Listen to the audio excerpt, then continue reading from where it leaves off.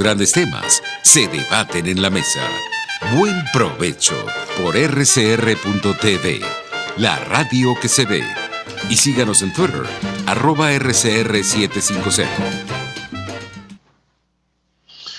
Otro de los mitos que me parece importante mencionar, continuando lo que dejamos pendiente en el segmento anterior, es que se afirma que son ilegales, que no están fundadas en el derecho internacional, que violan el derecho de los países, que son intervencionistas, etcétera, etcétera.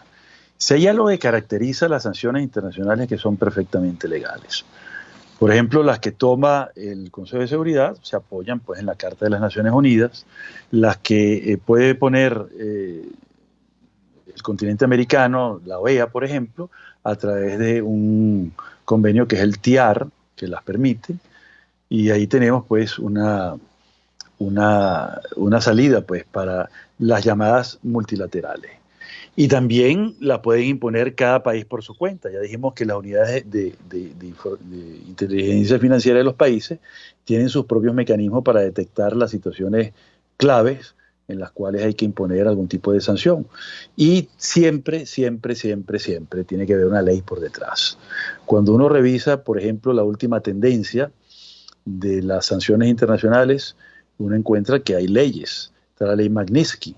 Para el caso de Venezuela está una ley especial, la ley de 2014, que tiene que ver con la defensa de los derechos humanos en Venezuela. Si uno analiza el tema de la legalidad para Rusia y violaciones de derechos humanos, encuentra también que hay una ley en los Estados Unidos, por supuesto, ¿no?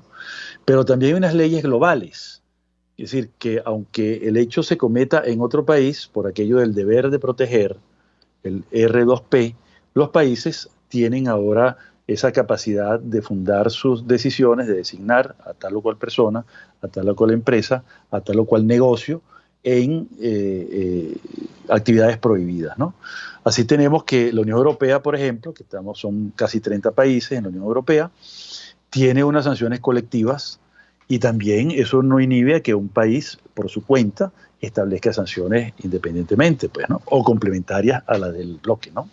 En razón a sus intereses concretos, ¿no? Vemos el caso de España, por ejemplo, que tiene algunas sanciones que aunque no están ligadas pues, a las sanciones internacionales de la Unión Europea, tiene que ver con el quehacer diario, tráfico de drogas, derechos humanos, terrorismo y así sucesivamente, ¿no? De tal manera pues que ese es un mito muy mal fundado porque yo me he dado la tarea de tratar de compendiar las leyes. Y aunque no lo he logrado totalmente, sí he logrado compendiar muchas y leerlas. Y darme cuenta, pues, que hay un principio de legalidad que se respeta y que se trata de seguir unos mecanismos, ¿no? Para poder también dar oportunidad a estas personas que están designadas a que se defiendan. Porque hasta el más culpable de los culpables tiene derecho, pues, a derechos legales. Y para eso tiene que haber un procedimiento que está en la ley. Pero también para proteger a los terceros de buena fe. Aquellos que han sido introducidos en estas listas por error. Y el error es de humanos, como todos sabemos, ¿no? No tengo que decirlo, no tengo que divulgarlo. Es un tema muy importante y tiene que ver pues con que tiene que haber oportunidades para el tercero de buena fe que puede ser afectado bien de manera directa o de manera indirecta. Bueno, yo creo que eso es bien importante y queda bien claro, pues, ¿no? Invito a quien sea a hablar sobre esto y sobre todo documentarse con las leyes que le dan fundamento a estas cuestiones, a estas sanciones, ¿no? También se dice que son imperialistas. Bueno, en el caso de Sudáfrica se vio que no tuvo nada que ver con el imperio. No solamente Estados Unidos no colaboró con las sanciones, sino que también el Reino Unido tampoco colaboró. Eran los tiempos de Margaret Thatcher y había una cierta afinidad política con el régimen de Pretoria. Y bueno, simplemente no hubo, digamos, un factor de los imperios de la época, ¿no? Sino que más bien los pequeños países, aquellos que estaban unidos por haber sido excolonias, fueron los quienes vieron que era algo inaceptable desde el punto de vista de la conducta de un gobierno permitir el apartheid y la discriminación y la segregación. Otro mito dice que es que son intervencionistas, ¿ok? Que permiten la violación del principio de soberanía y autodeterminación de los pueblos. Este es otro mito. Y voy a tratar de explicarlo. antes de la Segunda Guerra Mundial, el principio de soberanía de los estados y el principio de no intervención era un principio absoluto, incondicionado. Era algo así como en la época de la esclavitud, el derecho de propiedad era un derecho absoluto, nadie lo podía cuestionar. Entonces, a partir del desastre que fue el Tercer Reich y lo que significó en términos de destrucción de vidas, destrucción de bienes, invasión a países, guerras con millones de muertos, campos de concentración, campos de trabajo forzado, campos de exterminio con millones de muertos, se llegó a la conclusión de que había, digamos, un principio muy importante que estaba por encima de la soberanía de los estados y que estaba también por encima del principio de intervención, que es el deber de proteger. Y el deber de proteger, entonces, ya alcanzó un nivel planetario, no solamente proteger el negocio de las drogas, ¿ok? Quiero decir, no proteger el negocio del ataque del negocio ilícito de las drogas. Vamos a ser claros, ¿no? No es una protección al negocio de las drogas, sino a la protección de la economía formal de los negocios, del negocio ilícito de las drogas. Eso es lo que quise decir. Sino que ahora se trata de proteger a la humanidad en su concepto más general.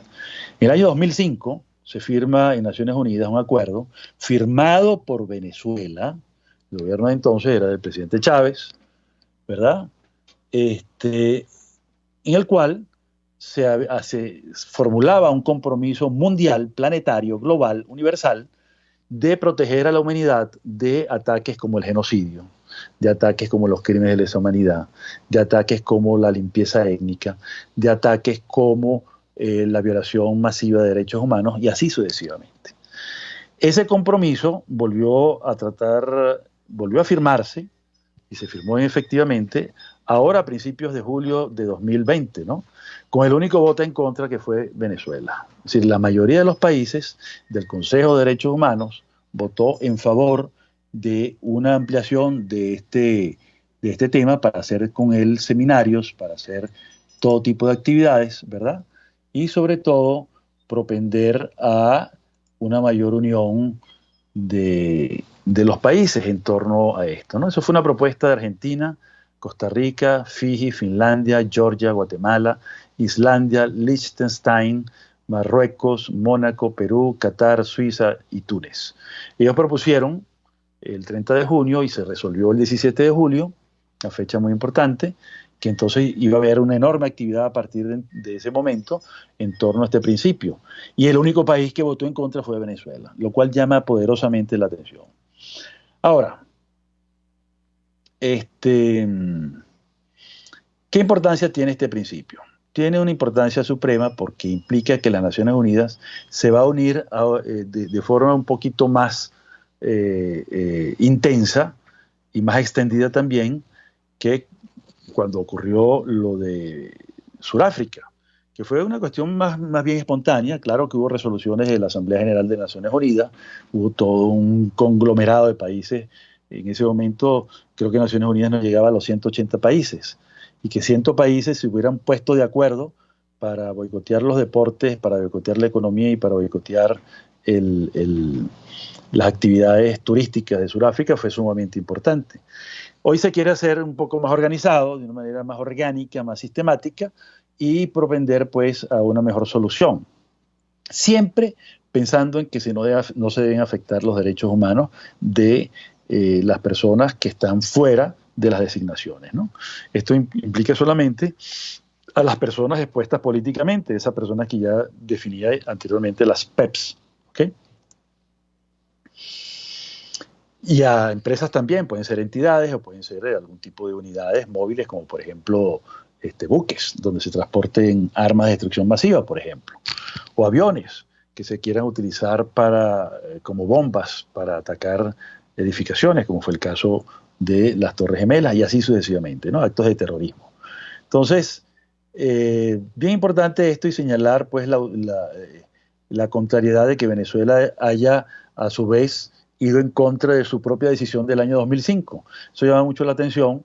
PROVEA, una organización de derechos humanos muy prestigiosa y muy querida, muy apreciada, sobre todo por su constancia, su inteligencia y su habilidad para estar siempre al tanto de los hechos más significativos en materia de derechos humanos, lo divulgó en su página web y lo recogió tal cual y varios medios de comunicación masiva y redes sociales, por supuesto, donde explicaban pues este asunto, ¿no? Ahora, esto,